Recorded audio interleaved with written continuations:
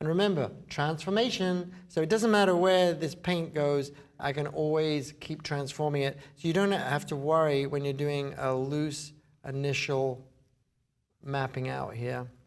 And I'm not necessarily trying to be so overly literal, but I'm trying to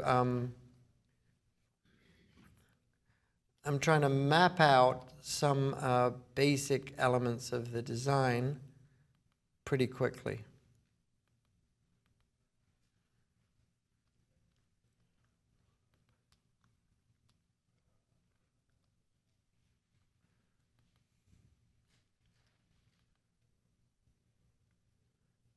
And now one question may be, what about positioning things? They're not going to be exactly right.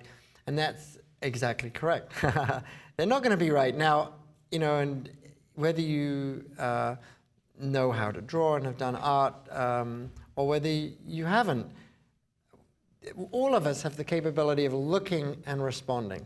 Everybody. That's what dance is. Again, dance metaphor is always going to pop up in my head. But that's what we do as dancers. We listen and we respond. We look as painters. We look and we respond. We do something with it. We're all capable of that. And so at this point, my goal isn't to reproduce the photo. I'm not trying to paint the photo right now. I'm looking at what's going on, lights and darks, and I'm just playing with ideas. And the colors I'm putting in here right now are way different from what's in the photo, but at the same time, they're responding to what's in the photo. And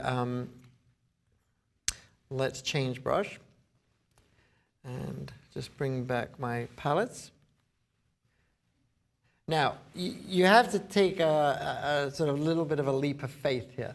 So as you watch this approach, it's like, it's clearly not to do with perfection at this early stage. It's to do with building up a study. And I just make a note of what the brush was. And let's go and look for Den's Funky Chunky. So I use my search. Got a few different variants on it, and let's go to the pure Den's Funky Chunky. Let's go back to its original look. Let's make it a bit bigger. Aha! And let's change color.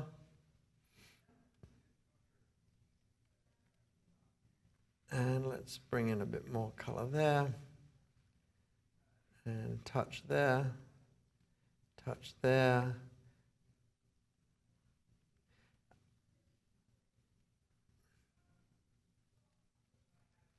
And you can already see the surface starting to get really interesting. This is what I love. So all of this is an underpainting. So just to be clear, I'm not trying to copy the photo and somehow show extraordinary skill as a trained artist in looking and reproducing.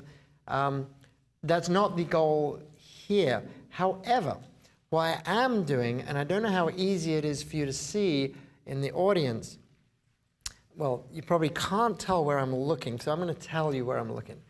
What I'm doing is I'm intensely looking at my source image almost all the time. Back to the source, source, source, source, source. Look, look, look, look, look. And I can't emphasize enough how valuable that is in this whole process, even when we start to get more detailed and it'll look more photographic. Everything I'm doing here is based on something I'm looking at, even if it doesn't look like it. So I'm not just randomly putting stuff down. I'm looking and responding. I know I'm sounding like a record with the needle stuck. So, and I'm sorry if I do. I mean, I don't mean to go on about things too much. But I mean, I'm just trying to share the process that you're witnessing so that, you can take bits of it, try it out, and have fun with it. So, like I look at the tree, and I'll just explain what just happened there. So I looked at the tree, and I saw that there was dark green on one side and light green on the other because of where the light is outside the restaurant. And so I made a mark that was a sort of light turquoise. I went into the value saturation triangle and slightly darkened it, and made a second mark, which is dark turquoise, and put it next to it. So in other words, this blotch of gradation from dark to light turquoise was a direct response to this, but it's not attempting to paint it precisely. I'm filling in an underpainting, but using the opportunity to play with the composition. So I'm going to continue this process.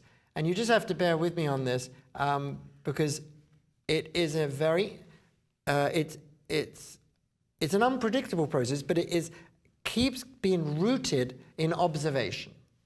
And in terms of producing a painting that ultimately reflects a scene,